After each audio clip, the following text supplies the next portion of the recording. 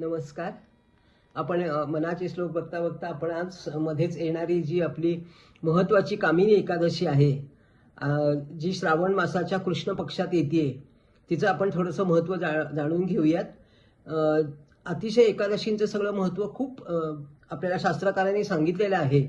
प्रत्येक एकादशीचं वेगवेगळं महत्त्व आहे, हेही आपल्याला माहितीच आहे. या एकादशीमध्ये सुद्धा त्यांनी सांगितले की भगवान विष्णू आणि माता लक्ष्मीचं पूजन करायचे आपल्याला. आणि पूजन करत असताना, विष्णूचे पूजन करत असताना तुळशीनी पूजन करायचे. तुळस व्हायची आहे भगवंताला. हे तर खूपच श्रेष्ठ व्रत आहे. आणि म्हणून 5 ज्ञानेंद्रिय, 5 कर्मेंद्रिय, 11वं मन देऊन सगळी गोष्ट करायची आहे. सगळ्यात महत्त्वाची गोष्ट ती आहे. आणि म्हणून उपवास याचाच अर्थ आहे की भगवंताजवळ आणि भगवंताजवळ जवळ असून त्याचं प्रेम ओळखायचं आहे. भगवंत आपल्याजवळ किती किती प्रेम करतो आपल्यावरती, ते ओळखायचं आहे.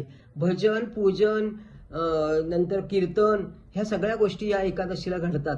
आणि आपण या सगळ्या म्हणजे गीता पठण, हरिपाठ, या सगळ्या गोष्टी आपण या एकादशीला आपल्याकडनं घडल्या जातात. आपल्याला आपले पाय बरोबर मंदिराकडे वळतात आणि आपण तिथे सर्वजण एकत्र होऊन सगळ्या गोष्टी हे करत असतो. हे आपल्या सगळ्यांना माहिती आहे. पण त्याच्या बरोबर आपल्याला हा विचार पण एक मनात आला पाहिजे की देव माझ्यावरती किती प्रेम करतो. म्हणून बघा, एका कवीनी म्हणजे एका सहज कवीनी म्हटलेलं आहे, ते सगळ्यांना कदाचित माहित नाही, पण आजचा दिवस म्हणजे एकादशीचा पूर्ण कधी येऊ दे एकादशी, देवाचं प्रेम आठवण्याचा तो दिवस आहे.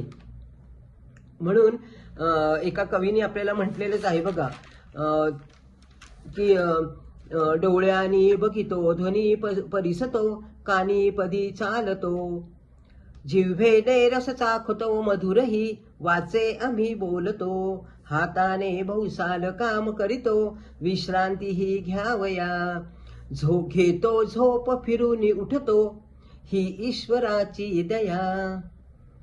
आपल्याला या 4 ओळींमध्ये केवढा अर्थ भरलेला आहे. जसं आपण झोपतो रात्री, तेव्हा आपल्याला सकाळची सगळी स्मृती आपल्याला आठवते की नाही. आजूबाजूला कोण आहे, आपले सगळे घरातले आहेत, काल काय झालेलं होतं, कालचं कोण कोण भेटलं होतं, ही सगळी स्मृती कोण देतं आपल्याला.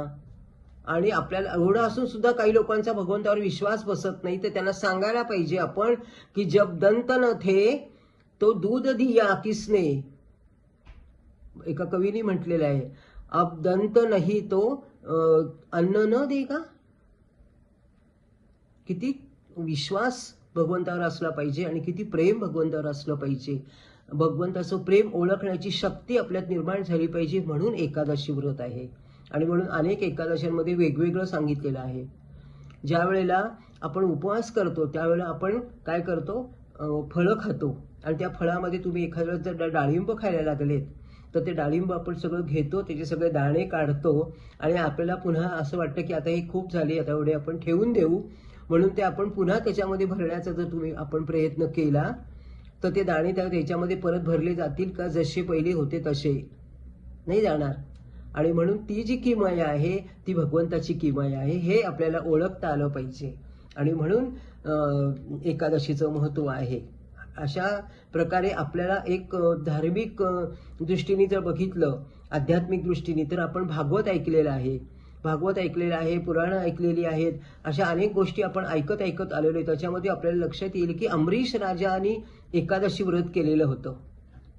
आणि तो राजा, चक्रवर्ती राजा असून सुद्धा परमभक्त होता. इतका धार्मिक, नीती, सात्विक असं त्याचे सगळे गुण होते. एवढा राजा असून सुद्धा तो नियमित त्यांनी अगदी कठोरपणे हे व्रत वर्षभर तो करत आलेला होता. आणि आता व्रत करतोय, पण त्याचं उद्यापन करायचं आहे. म्हणून दुसऱ्या दिवशी त्याचं उद्यापन करत असताना दुर्वास ऋषी येतात. आणि दुर्वास ऋषी त्याला म्हणतात की मी आत्ता तात्काळ लगेच गंगेवरची स्नान करून येतो. ते ना तिथून यायला उशीर होतो आणि यांनी केलेलं व्रत त्याची सांगता करण्याची वेळ संपत आलेली असते. म्हणून अमरीश राजा काय करतो, केवळ पाणी ग्रहण करतो. त्यांनी अन्न ग्रहण केलेलं नसतं. पण दुर्वास ऋषी तेवढ्यात येतात आणि त्यांना ते दुर्वास ऋषी म्हणजे आपल्याला माहिती आहे किती रागीट असतात ते. आपण अनेक वेळा त्यांची वर्णनं ऐकलेली आहेत. आणि मग ते काय करतात, ह्याला शाप देतात.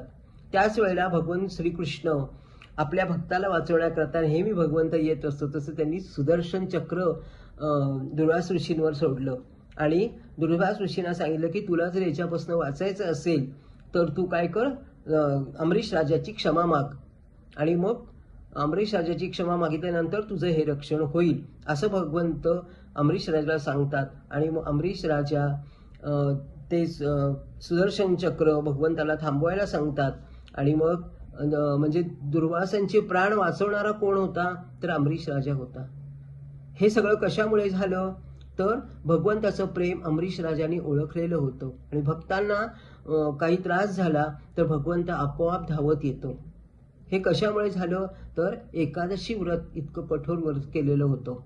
आता ते झालं पुराणातली कथा, पण भगवंताचं प्रेम ओळखण्याकरता आपल्या लक्षात यायला पाहिजे की आपण ज्या ज्या वेळेला भगवंताची आठवण काढतो त्यावेळेला आपल्या लक्षात यायला पाहिजे की मी श्वास घेतो त्याचं बिल भरतो का, मी रोज किती वेळा तरी चालतो त्याचं बिल भरतो का, मी घरातल्या अनेक गोष्टी करतो त्याचं कधी बिल भरतो का. आपण लाईटचं बिल आलं की भरावं लागतं, पाण्याचं बिल भरावं लागतं आपल्याला. भगवंताने आपल्याला किती सगळ्या गोष्टी दिलेल्या आहेत त्याची आपण कधी बिलं भरली का, नाही.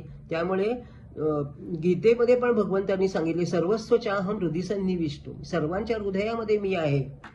पण सर्वांच्या हृदयामध्ये असून सुद्धा एखादंच हृदय असं असतं की ते भगवंताला जास्त प्रिय असतं, कारण त्यांना भगवंताची ओळख झालेली असते.